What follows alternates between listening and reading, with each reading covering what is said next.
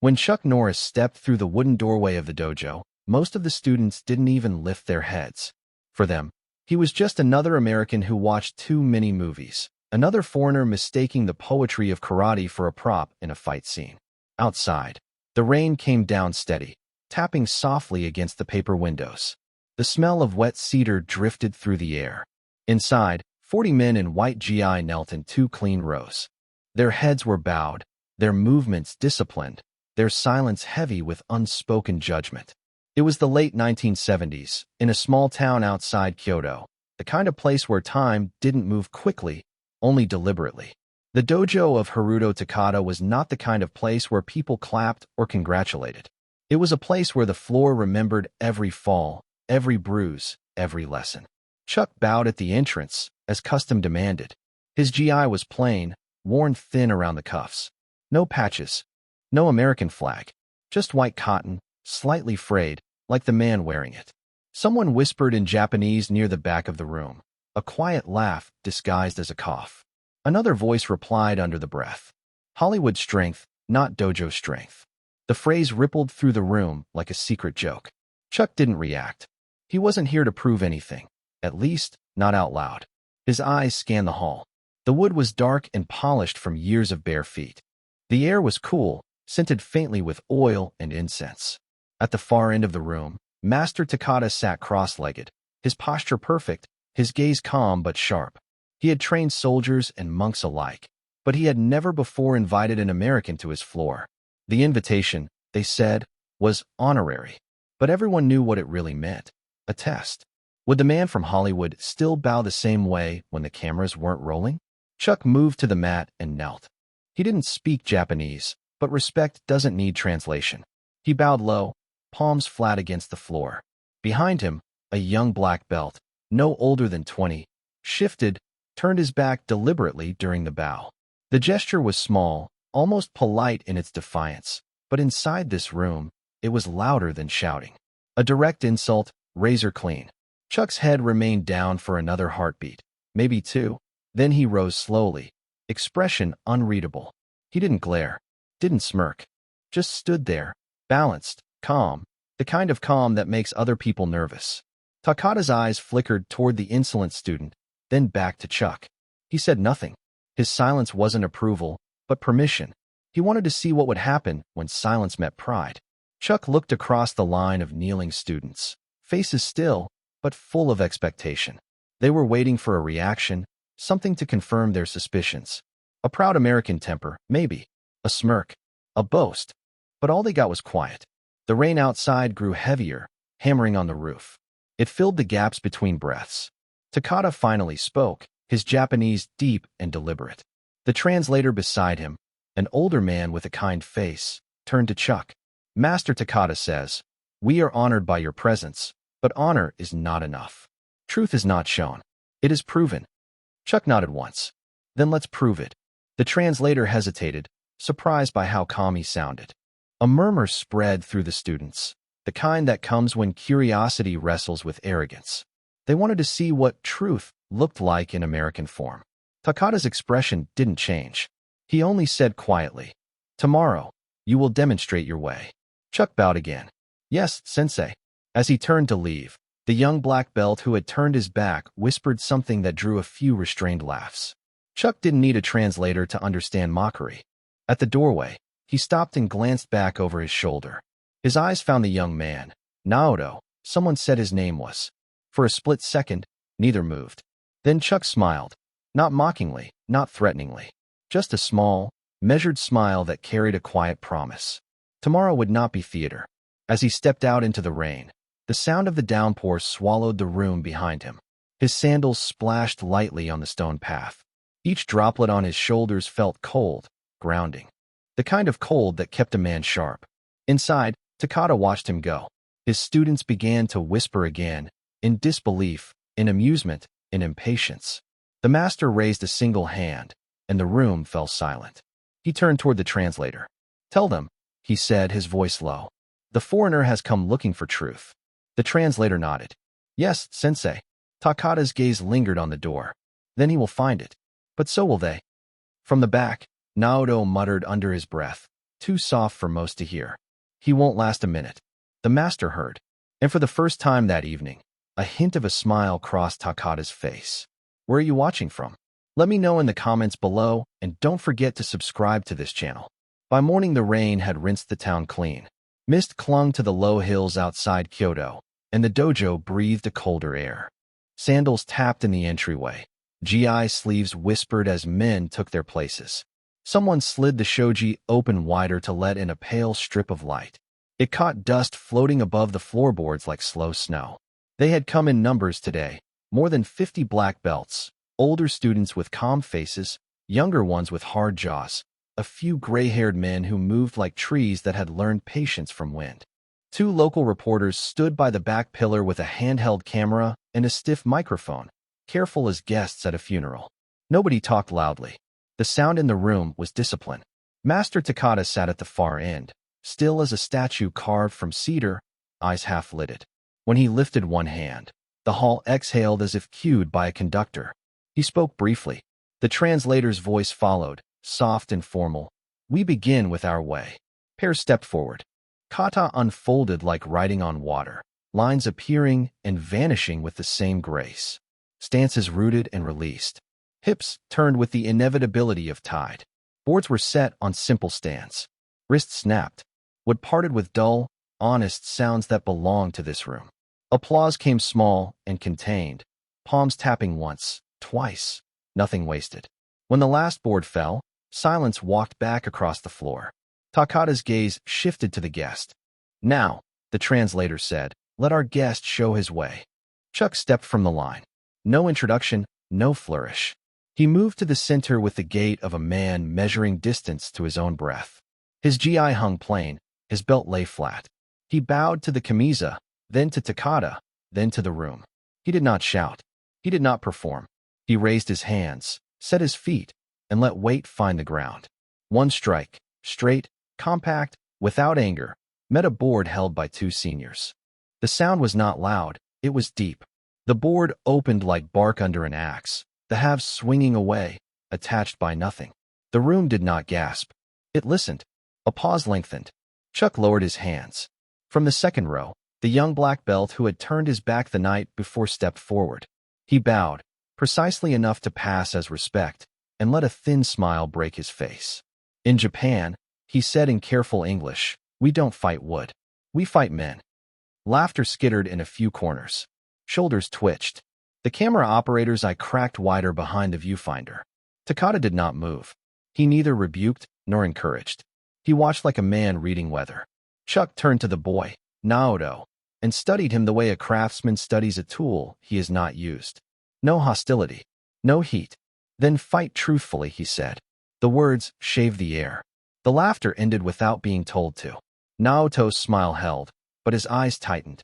He knew English well enough to hear that the sentence had left him no good road out. He glanced at Takada. The master's eyelids did not shift. The translator cleared his throat. The guest accepts. Chuck's head tilted once, minimal as a nod can be and still count. Takada rose with the slowness of a man who respects joints. He walked to the center and stood between them, small and upright, a line in human form. He spoke in Japanese that moved like brushed ink.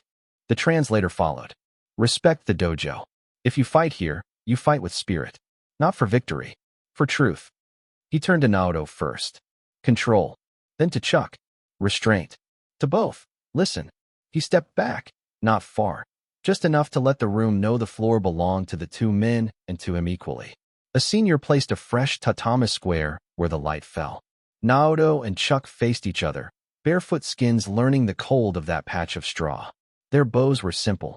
Naoto's chin did not dip quite as low as it should have. Chuck's did. Someone slid the shoji shut to mute the street. The world disappeared. Only breath remained, and the faint click of the reporter's camera. Then even that stopped. Naoto set a front stance like a photo from a manual, perfect and sharp.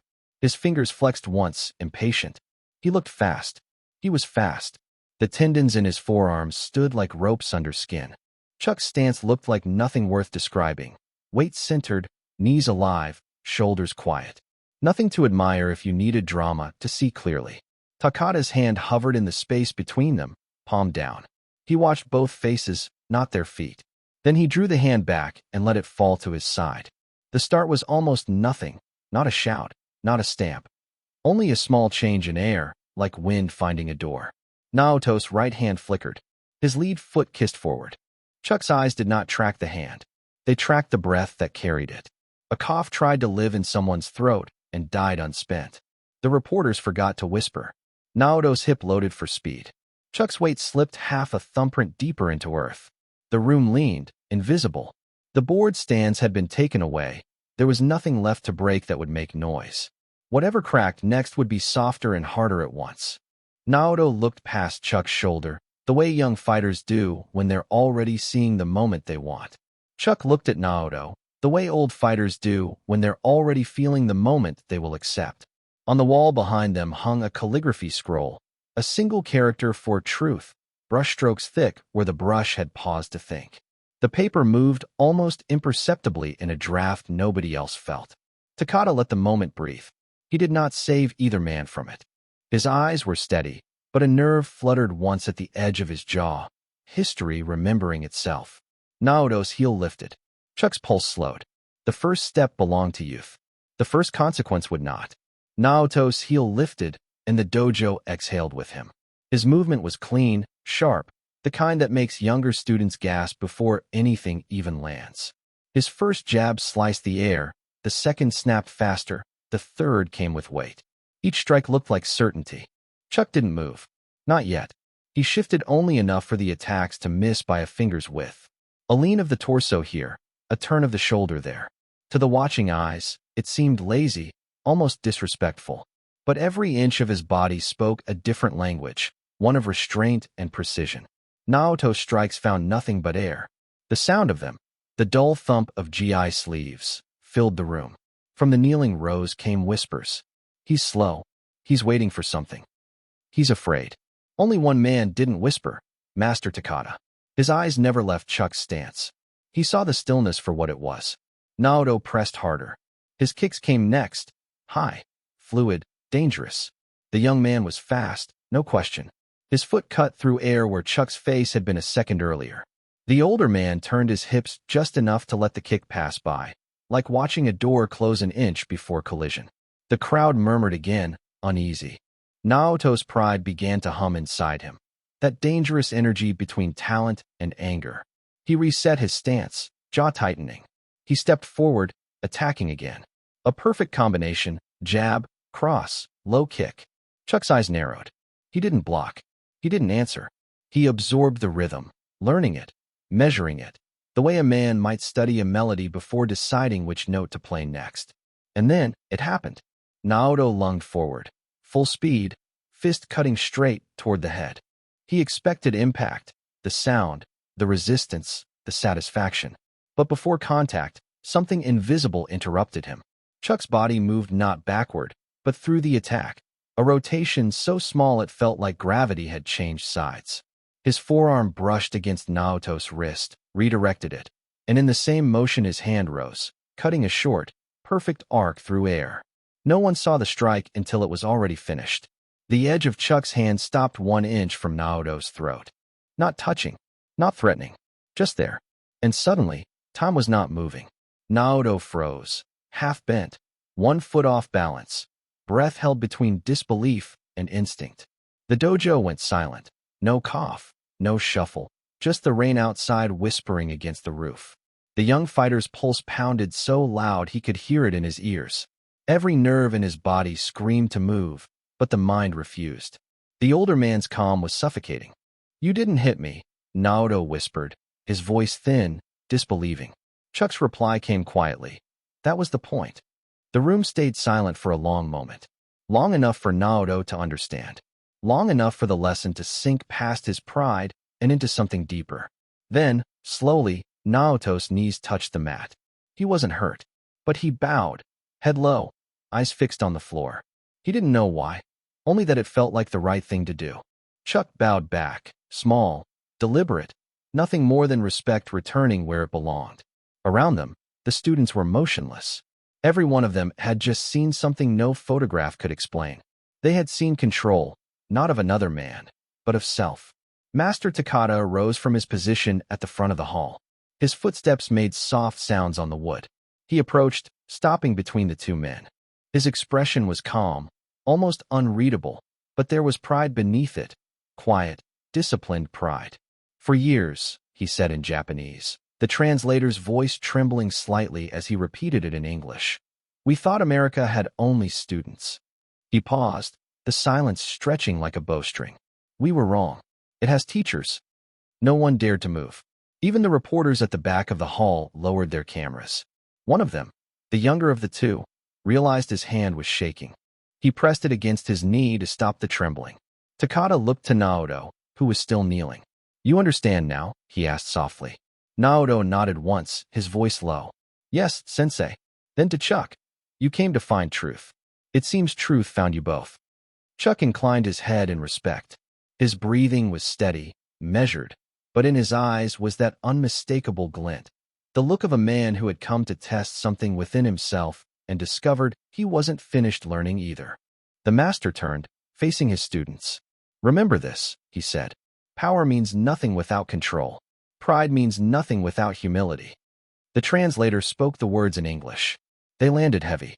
Outside, thunder rolled somewhere beyond the hills.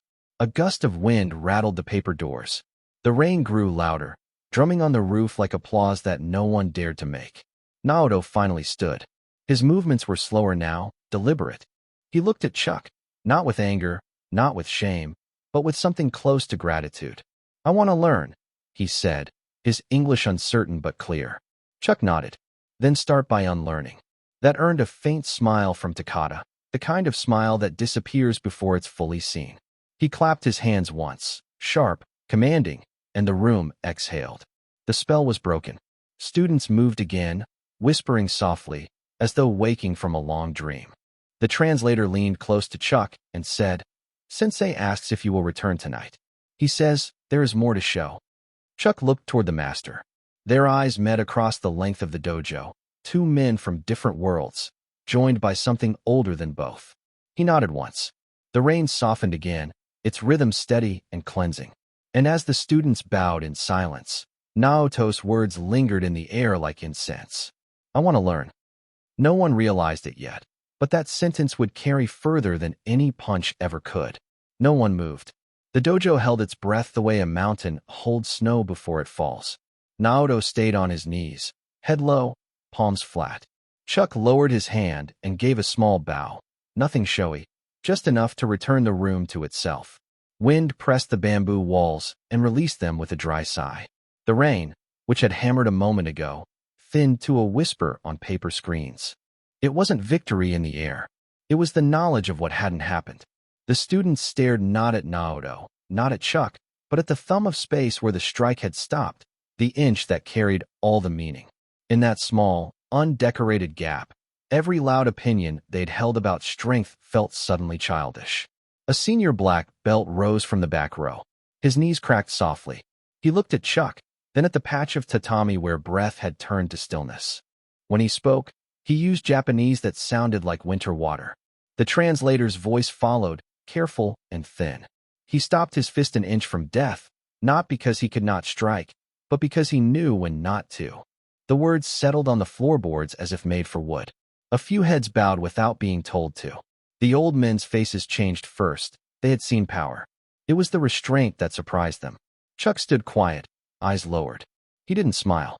He didn't look at the cameras. He waited. He waited for Naoto to find his feet without help, to take back his balance with his own hands. Only when Naoto rose, slowly, breath controlled, pride cooled, did the sound begin, palms meeting in soft, even rhythm, like the applause that follows a great scene when nobody wants to break the spell. No whistles, no whoops, just gratitude measured out. Naoto lifted his gaze. There was no apology on his face, only comprehension, the human kind that arrives late and sits for a long time. He bowed to Chuck again, deeper. Chuck returned it with the same plain economy he had used for the strike. Master Takata came forward. He laid a light hand on Chuck's shoulder and left it there long enough for the room to understand the gesture. Up close, his expression was not proud. It was relieved, like a man seeing a river choose the right bank after a storm. "You didn't come to fight us," he said, the translator barely a heartbeat behind. You came to remind us. It was not praise. It was a diagnosis. For a moment, nobody breathed. Then the entire dojo folded forward as one, a tide of white cloth, 60 spines bending until foreheads touched straw. Even the ones who had laughed yesterday, even the ones who had been waiting for the American to fail, bowed so long the rain changed tempo twice. When they rose, the space felt different. The walls had not moved, but the room had grown. Takata stepped back, eyes lingering on Naoto. The young man stood straighter than he had all day, sobered by the inch of mercy that had spared him. He pressed his hands to the seams of his gi, collected himself, and took his place on the line without looking left or right. The reporters at the door kept their equipment down. One reached for his camera, thought better of it, and let the moment pass unrecorded. Not everything lives on film. The wind worried the bamboo again. Somewhere behind the building a wooden bell tapped itself against a cord, an uneven, private sound. Takata raised his hand. The students answered by kneeling. The translator glanced at Chuck, voice low, almost personal now. Sensei says the floor is open for the lesson to continue. But no one moved toward boards or drills. They stayed where they were, hands on thighs, eyes soft, as if another kind of training had already begun, the kind that starts after the shouting stops. Chuck exhaled, a small, quiet sound lost to the rain. He looked past the faces to the calligraphy at the far wall. A single character for truth, brushstroke heavy at the point where the brush had hesitated and decided to go on. He bowed once more to the room. The room bowed back. From outside, the street noise returned in faint threads, a bicycle chain, a child's laugh under an umbrella, the everyday resuming its argument with weather. Inside, the air stayed clear. The applause had ended minutes ago, but the feeling of it remained, like warmth in wood long after a hand is lifted. Some lessons break boards. Some leave them standing and make different things split. Fear, pride, certainty. This one had broken what needed breaking and left everything else intact. Naoto's eyes flicked to the inch of space where the strike had stopped. He swallowed, then nodded to himself, almost invisible. He understood what would be asked of him now. And somewhere behind the small noises of the building, bamboo, rain, breath, the dojo's silence went on speaking, louder than any shout could have managed. Evening folded itself over the town until the dojo was just a darker shape in the rain. The last students had bowed out. Tatama steamed faintly where wet soles had crossed it. Chuck was rolling his belt when the shoji slid open and Master Takata stepped in wearing a plain raincoat, hair damp, umbrella left dripping on the porch. They stood near the threshold, where the air smelled of cedar and wet bamboo. Rain wrote its steady script on the paper walls. Neither spoke at first. The silence didn't feel awkward. It had work to do. Takata's eyes traced the room as if taking attendance of things that could not be counted. When I was young, he said, voice low enough the rain almost kept it. We trained to destroy. He looked at Chuck. You Americans, you train to win. A breath. But today I saw something else. You train to understand. Chuck let the words settle. Understanding is the only way to stop fighting, he answered. No sermon in it, just a conclusion carried a long distance. They listened to the roof for a few seconds. A draft lifted the corner of a hanging scroll and set it down again. The floor gave one small, old house sigh. Takata moved closer, dropping the raincoat from his shoulders and folding it carefully at his feet. My son left karate, he said without ceremony. Years ago. Harsh teaching. My fault. His gaze slipped to the entrance, to a hallway emptier than a father's wishes. He said our way broke things and called it discipline. Maybe he would have stayed if I had taught what you showed today. The sentence landed between them like a blade set gently on a cloth. Chuck didn't touch it. Maybe he will return to a different door. Takata's mouth tilted, something like a smile, but thinner. He reached into the sleeve of his coat and drew out a small bundle tied with white cord. He laid it in Chuck's hands. A white belt. It was clean but not new, the cotton softened by years in a drawer. No embroidery, no mark of rank. Just the color of beginnings. Even a master must start over sometimes, Takata said. Chuck turned the cloth once, feeling its lightness. I'll wear it when I should, he said. He bowed, slow and complete. When he straightened, lightning sheeted behind the paper windows and, for a heartbeat, the whole room went bright as bone. Thunder followed a few seconds later, thoughtful and far. They stepped to the porch, shoulder to shoulder, to watch the rain work the courtyard into dark glass. Water drew thin rivers off the eaves. A lone sandal, forgotten, took on a small lake. Takata spoke without looking away. The inch you spared will travel farther than any strike you could have thrown. Chuck's answer was almost a nod. Mercy teaches what pain forgets. Another long pause. The rain stitched it closed. Somewhere out back, a bell knocked itself lightly against a post, irregular, stubborn. Takata pulled the door wider and motioned to the floor. "Walk with me," he said. They crossed the tatami barefoot, rain pushing a fine mist under the threshold. Two wet paths formed and met, then drifted apart as they turned. Lightning flashed again, and their footprints shone dark on the straw, one set small and precise, the other broader, the spacing of a different road. They stopped beneath the calligraphy for truth. The ink had bled at the stroke's beginning, then steadied. Hesitation made into intention. Takata rested his palm against the wood beam and spoke soft enough for the room alone. "You didn't come to take anything. You left something. I will not waste it." Chuck rested the white belt on the camisa, just for a moment, like placing a question where answers usually live. "I'll be back in the morning," he said. "If you'll have me." "I will," Takata replied. "But come as the color you hold." "As a beginner," Chuck said. "As a beginner," Takata echoed. They returned to the threshold. Rain struck the steps and jumped in silver points. Thunder walked away into the hills. The master gathered his coat. Chuck lifted his bag.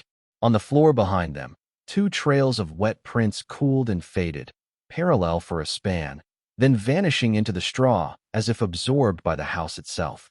Two philosophies crossing not in force, but in recognition. They bowed once more, not to end anything, but to agree on how to begin again.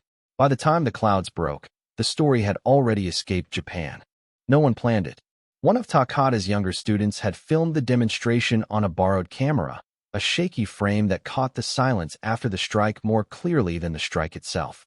He uploaded it that night, expecting maybe a few dojo friends to see it. By morning, there were 500,000 views. By the third day, there were millions. The title read, "The American Who Fought Without Fighting." At first, Japanese commentators laughed. "A legend for Western eyes," they said. But the clip kept playing. Every replay made the silence heavier, more deliberate. The comments turned philosophical. "He could have hit. He didn't. That's real power." Others bristled. "A true warrior never stops his hand." The country divided, quietly but deeply. Young martial artists quoting the video in training halls, old masters muttering about discipline lost to sentiment. In Tokyo, newspapers printed still frames of Chuck's halted hand, the space between his knuckles and Naoto's throat outlined like an eclipse. Editorials called it the inch that questioned a century. Morning shows replayed it in slow motion, rain falling outside the dojo windows, breath caught midair. Viewers leaned closer to their televisions, searching for the moment when restraint overtook instinct. Across the Pacific, the clip landed differently. In America, talk shows raced to book him. "Chuck Norris ends fight before it begins," one headline said. Another read, "Mastery or Mercy?" Late-night hosts joked about it for a week, but their laughter never quite landed right. There was something unfunny about that calm face in the middle of the storm. Producers called his manager nonstop. Interviews, appearances, motivational specials. He refused them all. When a journalist asked for a comment outside a gym in Dallas, the manager answered for him. "He doesn't want to explain. He already said everything by not hitting." That line hit harder than any publicity campaign could have. Within hours, it was a meme, a quote, a t-shirt. He said everything by not hitting. Meanwhile, Naoto watched the way from his small apartment in Kyoto.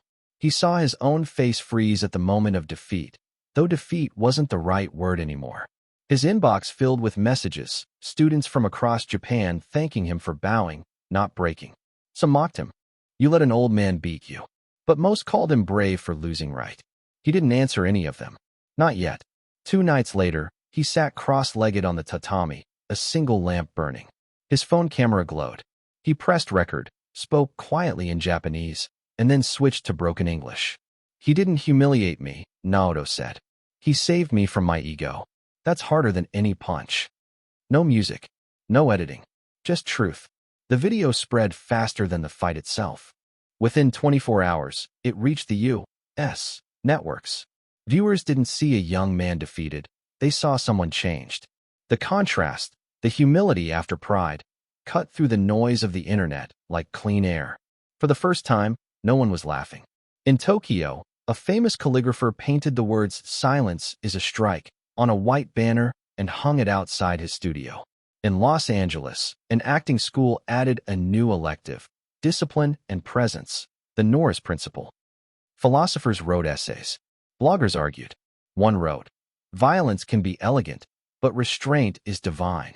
Another said, "If control is strength, then mercy is evolution."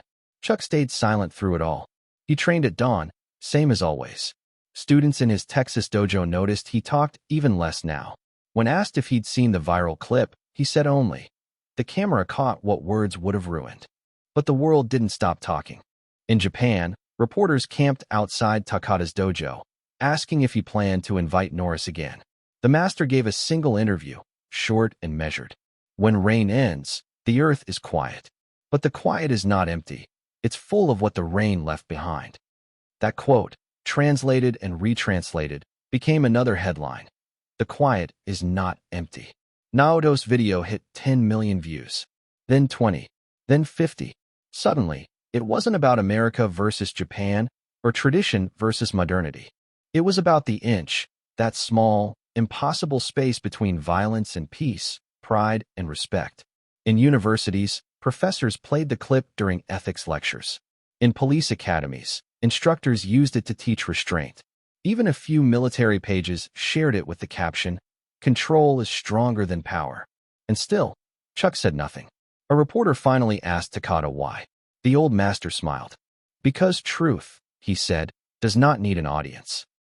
That night, somewhere in Texas, Chuck turned off the television. The sound of the broadcast faded, replaced by the hum of crickets and distant thunder. On the shelf above his desk lay the folded white belt Takada had given him. He reached for it, touched the fabric, then set it down again. The rain outside had stopped hours ago, but its rhythm still lived in his head, steady, patient, unending. He didn't know it yet, but halfway across the world, in a small dojo near Kyoto, Naoto had written a new sign for his wall. For words, brushed in black ink. "Learn from the silence." And for a while, both men, teacher and student, victor and vanquished, moved through their days under that same invisible teaching, that the loudest things a man ever says are often the ones he never speaks at all.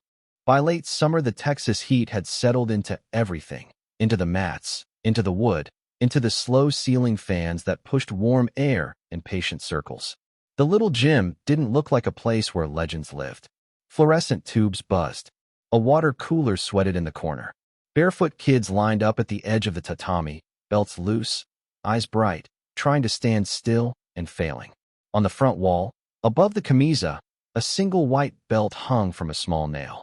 No plaque, no frame. Just the soft loop of cotton Takada had placed in Chuck's hands months before. Beneath it, written in chalk on a scuffed slate, "Control is stronger than power." Class began the way it always did, quietly. No drum beats, no counting for show. Chuck walked the line, adjusting a wrist here, an elbow there, guiding a knee an inch to the left until the stance told the truth. He spoke little. When he did, it was simple. Breathe here. Root there. Less muscle. More balance. They worked not on strikes, but on stopping, the small breaks hidden inside every motion, the moment where a hand that could harm decides not to. Kids don't like stopping. It feels like being told no. But they felt the difference in their bodies. How control made them taller. How balance turned fear into something usable. "Sensei," a boy with a green belt asked, freckles bright from the heat. "Why didn't you hit that man? The one from the video?" The other children went still. Even the fan seemed to listen. Chuck looked at the boy and then at the blackboard. He didn't reach for a story, didn't widen his voice for effect. "Because real strength never needs to prove itself," he said. "If you can stop, you're stronger than the person who can only go." The boy nodded the way children do when a sentence lands deeper than they expected. He reset his stance and found the floor again, a little surer of his feet. They drilled a simple entry to a throw, but every rep ended before the throw. Hands found shoulders and paused. The partner felt the line of force and then its absence, the lesson tucked inside the gap. Laughter came in quick bursts when someone lost balance. Patience returned just as fast. Sweat darkened collars. The room smelled like rope and clean dust. Halfway through class, the door rattled. A mailman stepped in, cap low, sun on his shoulders. He held a damp envelope with international stamps and a line of Japanese characters neat as stitches. "Mr. Norris?" he said, apologetic about the interruption. Chuck wiped his hands on his GI and took the envelope with a small bow of thanks. He slid a thumb under the flap and eased out a photograph. A new dojo. Plain wood. White walls. The picture had the humble pride of a first day. Standing in the doorway was Naoto, older by months and by something else difficult to name. Above his head hung a hand-brushed sign, the Dojo of Stillness. On the back, in English shaped carefully around the strokes. "For the man who taught me that silence can teach too." Chuck read it twice, then once more as if to make sure the ink belonged to the paper. He didn't speak. He walked to the front wall, laid the photo on the shelf beneath the white belt, and stepped back as if giving it space to breathe. Class resumed. He paired the smallest boy with the tallest girl, a mismatch that made both of them pay attention. He corrected a flinch without scolding. He stopped a fast kid mid-strike with 2 fingers and not a word. Every small thing hinted at a larger one. When drills ended, the children sat seiza, knees buzzing from the floor. Chuck knelt too. The room's noises, cooler drip, fan hum, a truck groaning past outside, arranged themselves into a kind of quiet. "Remember," he said, looking at the chalkboard, "not the belts. If you only know how to win, you'll fight everything. If you know how to control, you won't have to." They bowed out. Shoes squeaked on the front mat as parents gathered them up. The sun shifted down the west windows, turning dust into slow stars. One by one, voices faded. The door shut on the last goodbye. He stayed. He wiped the mats with a towel, slow arcs that left darker moons of clean. He straightened the pads in their stack, chalked the board anew where humidity had smudged a letter. Then he sat cross-legged beneath the white belt and the photograph, hands on his thighs, back tall without trying. Wind pressed the curtain and let it go. Light changed its mind in the window glass. Somewhere beyond the parking lot, a dog barked twice and grew bored. Inside, the gym had the stillness of a held breath that doesn't turn into strain. He looked up at the belt, then at Naoto's picture. The loop of cotton and the rectangle of paper shared the same unremarkable grace.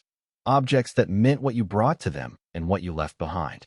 A breeze slipped under the door and cooled his ankles.